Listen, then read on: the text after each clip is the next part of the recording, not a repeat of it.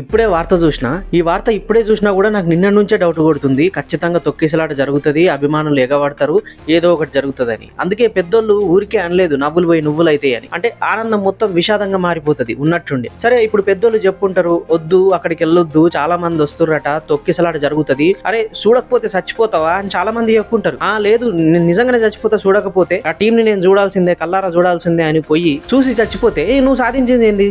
చూసిరా లేదా కూడా తెలియదు. అక్కడికి పోయి ఈ సంఘటన అంతా కూడా బెంగళూరు చిన్నస్వామి స్టేడియంలో జరుగుతుంది. అక్కడ పెద్ద తొక్కిసలాట జరిగింది. ఆర్సీబీ 18 సీజన్ల తర్వాత విన్ అయింది కదా, ఓడిపోయి తమ favourite team IPL cup lift చేయగానే ఇంకా ఇన్నేళ్ల తర్వాత సక్సెస్ సాధించిందని చెప్పి వాళ్ళ ప్రేమ గురిపించడానికి, అభిమానం చూపించడానికి అక్కడికి ఎగబడిపోయి సాధించింది ఏంది? సరే మన అభిమానం కట్టలుగా ఉండొచ్చు, కానీ విచక్షణ అయితే ఉండాలి కదా. నా ప్రాణాలు నాకు ముఖ్యమని చెప్పి మొన్నగట్లే తెలంగాణలో ఒక థియేటర్ దగ్గర ఇట్లే జరిగి ఒక ఆమె చచ్చిపోయింది. అభిమానం ఉండాలి, తప్పు లేదు, రెస్పాన్సిబిలిటీ, సెల్ఫ్ రెస్పాన్సిబిలిటీ అనేది ఒకటి ఉండాలి కదా. ప్రాణాలు కోల్పోతే ఏమొస్తుంది? ఇప్పుడు ఒక్కరు కాదు, ఇద్దరు కాదు, దాదాపు 11 మంది చచ్చిపోయారంట బెంగళూరులో. ఇంకా 20 మంది గాయాలతో ఉన్నారు. వాళ్ళ పరిస్థితి కూడా చాలా తీవ్రంగా ఉందని చెప్తున్నారు. ఇంకా తొక్కిసలాట జరుగుతూనే ఉంది. ఇప్పుడు జనాలు సక్సెస్ గురించి మాట్లాడుకుంటారా లేదా ఈ విషాదం గురించి మాట్లాడుకుంటారా? ఆర్సీబీ గెలిచింది ఇన్నేళ్ల తర్వాత అనే సక్సెస్ అనేది గొప్ప పాయింట్ కావాలి కదా. ఇక్కడ మొత్తం చనిపోయిన టాపిక్ నడుస్తుంది, ఆర్సీబీ గెలిచిందన్న టాపిక్ కన్నా ఇంకేముంది ఆనందం?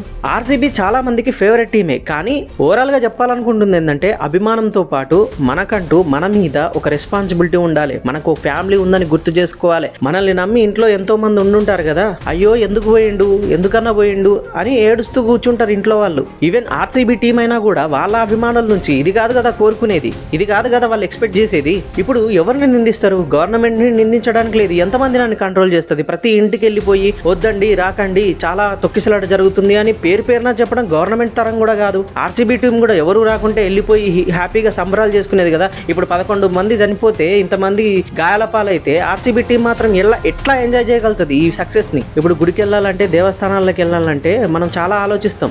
చాలా రద్దీ ఉందట, ఈ టైంలో వెళ్ళొచ్చా లేదా అని చాలా ఆలోచిస్తాం కదా. మరి ఇట్లాంటి వాటికి ఎందుకు వెళ్ళాలన్నా వద్దా అని ఆలోచించలేదు. మన మీద మనకు కంట్రోల్ అనేది ఉండాలి. అభిమానం ఉండడం మంచిదే, గానీ ప్రాణాల మీదకి తెచ్చుకునేంత మాత్రం అవసరం లేదని నా ఉద్దేశం. ఈ సంఘటనపై మీ అభిప్రాయాలు కామెంట్ చేయండి, వీడియో షేర్ చేయండి. Thanks for watching. Please subscribe point of Venky.